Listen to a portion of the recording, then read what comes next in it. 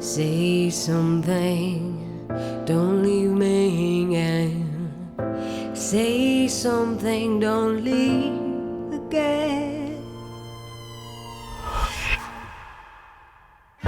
Say something, say something. Blood rushing, I ease the pain. Say something, don't leave me hanging. Say something, don't leave again. 안녕하세요, 빌런입니다. 이번에 리뷰할 브랜드는 세상에서 가장 인기가 많은 브랜드이자 21세기 시계시장의 핸들을 들고 있는 브랜드 롤렉스, 모델은 아이코닉 크로노그래프 데이토나입니다. 보관함 소개를 잠깐 할게요. 지금 타임메카에서 가성비가 굉장히 좋은 울프 시계 보관함을 엄청 저렴하게 판매 중입니다. 토머 시계 보관함의 가격이 지금 너무 올라서 대안으로 좋을 듯 합니다. 더보기에 링크 남길게요. 시계 애호가에게 유니콘 같은 모델을 대여해주신 구독자님께 감사드립니다. 재밌는 이야기 하나 들려드릴게요. 1975년 현재 롤렉스 역사가이자 브랜드에 관한 책을 저술한 제임스 달링이 그의 첫 번째 시계를 사러 롤렉스 매장에 갔습니다. 그가 사고자 한 모델은 롤렉스 GMT였는데 직원에게 이렇게 물어봤대요. 카드 말고 현금으로 하면 좀 싸게 주나? 거기나 여기나 똑같죠? 하지만 그 당시에도 롤렉스는 단호했습니다. 롤렉스 has no discount 라고 직원이 대답했는데 그러나 데이토나는 할인 가능. 하지만 그는 사지 않았다고 해요. 그 당시 데이토나의 인기는 개차반이었습니다. 지금 롤렉스 데이토나 빈티지가 얼마나 하는지 볼까요? 300만 스위스 프랑 37억 6천만 원, 590만 스위스 프랑 74억 5천만 원. 어떻게 된 거죠? 크로노그래프는 셀 수 없을 만큼 많아요. 그런데 왜 데이토나를 대체할 수 있는 아이코닉한 크로노그래프는 나오지 않는 것일까? 아이코닉이라는 것은 단순히 가격이 비싸거나 시계가 이쁘다고 해서 만들어지는 것이 아니라고 생각해요. 특정 조건이 하나 더 필요합니다. 시간, 다른 말로 역사 혹은 헤리티지. 롤렉스는 시간 속에 녹여진 숫자의 가치를 너무 잘 알아요. 작은 숫자에 긴 시간이 더해지면 엄청난 가치로 진화한다는 것을 알고 있어요. 조금 돌려서 말씀드린 것 같은데요. 우리는 종종 듣곤 해요. 조금씩 삼성전자 주식을 모아서 큰 부자가 되었다라는 사람들을요. 그런데 우리가 막상 삼전 주식을 사도 부자가 되진 않죠? 우리는 시간이란 가치를 너무 과소평가해요. 10년 혹은 20년 이상의 시간이 농축된 차트를 가져와서 와우! 나도 이거 사면 부자 되는 건가? 라고 생각하고 주식을 사보면 주식의 근본적인 가치는 사실 시간이었다는 것을 알게 되죠. 대부분의 시계 브랜드는 조금만 인기가 없어도 쉽게 단종시켜버리고 조금만 인기가 많아도 가능한 한 많이 생산해버립니다. 과거에 인기 있었던 모델들을 자본의 논리에 맞춰서 쉽게 복각하고요. 하지만 롤렉스는 그렇지 않아요. 롤렉스는 자신들이 오랜 시간을 녹여서 만들어온 헤리티지가 상처 입는 것을 허용하지 않습니다. 쉽게 말해서 복각을 하지 않아요. 과거의 유산들의 가치는 유지되고 또 소비자들은 그것을 믿고 있어요. 내가 지금 롤렉스 시계를 구매해도 10년 뒤, 20년 뒤 그 가치가 유지되거나 혹은 더 상승할 것을 알고 있습니다. 그리고 조금씩 대중들의 수요보다 공급을 줄여왔어요. 롤렉스의 숫자는 항상 작고 이 작은 숫자는 시간이 흐를수록 엄청나게 거대해져요. 혹자는 말합니다. 무슨 소리냐? 롤렉스는 매년 엄청난 시계를 생산하고 있다. 맞아요. 이 말도 맞아요. 그런데 이 엄청난 숫자 역시 결국 상대적인 겁니다. 대중들이 원하는 수요는 훨씬 더 많고 롤렉스가 생산하는 숫자는 상대적으로 적어요.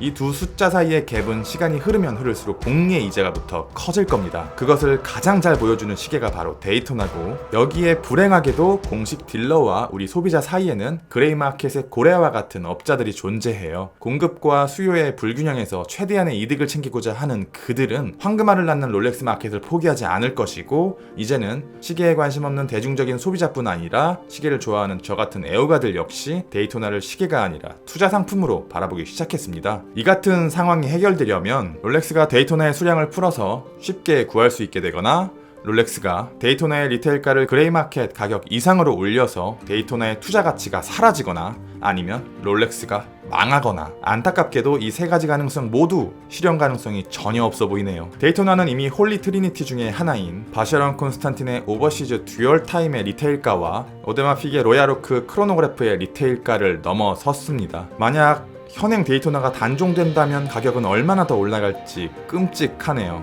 데이토나의 리테일가는 너무 저렴해요. 이게 이 모든 문제의 가장 근본적인 원인 같아요. 이 시계에 데이토나라는 이름을 붙인 이유는 굉장히 순수했어요. 롤렉스가 미국 시계 애호가의 관심을 끌기 위해서 플로리다 해변의 레이스트랙 이름을 따왔습니다. 롤렉스 창업주 한스 빌드로프가 레이싱 쪽으로 관심이 있기도 했고 서브마리너와 익스플로러로 다이버 워치와 필드 워치 쪽을 섭렵했으니 남은 건 파일럿 워치와 레이싱 워치였습니다. 초창기 데이토나 빈티지들을 지금 보면 어떤 생각이 드세요? 솔직히 이쁘진 않죠? 그 당시 사람들도 똑같이 생각했어요. 못생긴 데다 벨주 7이 수동 무브먼트로 와인딩을 해야 하는 불편함까지 있었고요. 벨주 7이 무브먼트가 단종되어 버리자 추후에 제니스의 엘 프리메로 무브먼트를 빌려오기 전까지 벨주 7이의 재고 무브먼트로 데이토나를 만드는데 이게 가능했던 건 정말 인기가 더럽게 없었기 때문이에요. 그런데 폴 유먼이라는 미국의 유명한 배우가 이 시계를 찾다는 히스토리가 붙은 후 데이토나는 세계에서 가장 인기가 많은 크로노그래프가 되었어요. 2017년 그 시계가 경매에 올랐을 때 그것은 1780만 달러,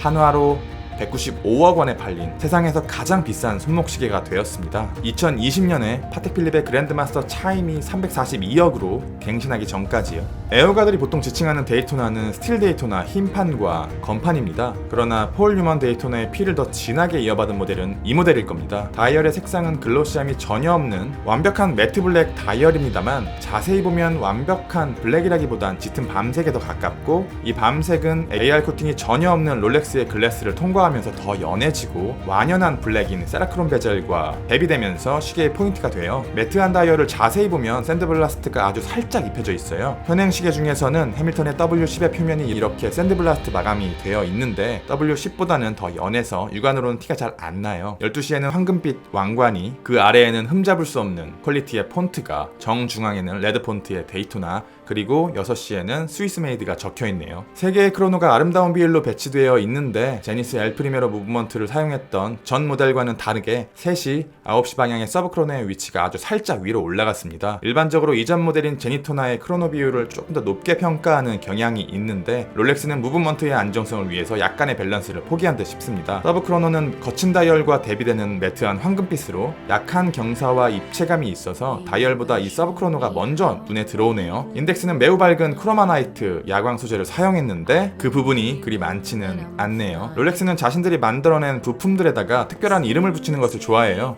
세라믹 베젤인데 롤렉스는 세라크롬이라는 이름을 붙였어요. 바로 전 세대의 데이토나와 가장 차별화되는 요소입니다. 항상 첫 세대와 마지막 세대의 모델은 가치가 높았던 것을 생각해보면 이 세라믹 데이토나도 추후에는 어떻게 될지 모르겠네요. 세라크롬 베젤을 만드는 방법은 생각보다 굉장히 복잡해요. 이산화와 지르코늄 분말과 블랙 색상의 원료를 혼합한 뒤에 고압 형성기에 넣어 틀을 만들고 1500도가 넘는 온도에서 여러 번 굽게 되면 베젤이 단단해지면서 최종 색상이 나타나요. 다이아몬드 커팅 도구를 이용해서 정밀 가공을 한 번 더 하고 새겨진 숫자와 눈금을 채우기 위해서 진공 속에서 금을 기화시킨 후 베젤 표면에 흡착시키면 베젤 전체가 얇은 금으로 코팅돼요. 마지막으로 베젤 표면에서 금을 제거하고 숫자와 눈금의 금 코팅은 그대로 유지하면 이 세라크롬 베젤이 완성됩니다. 비쌀만 하죠? 지난 영상에서 말씀드린 대로 제니스 크로노마스터 스포츠는 직선으로 만들어진 디자인이라 했고 롤렉스는 곡선으로 이루어진 디자인이라 했습니다. 전설적인 시계 디자이너 젠타가 말했던 세계 최고의 케이스, 오이스터 케이스를 기반으로 만들어졌고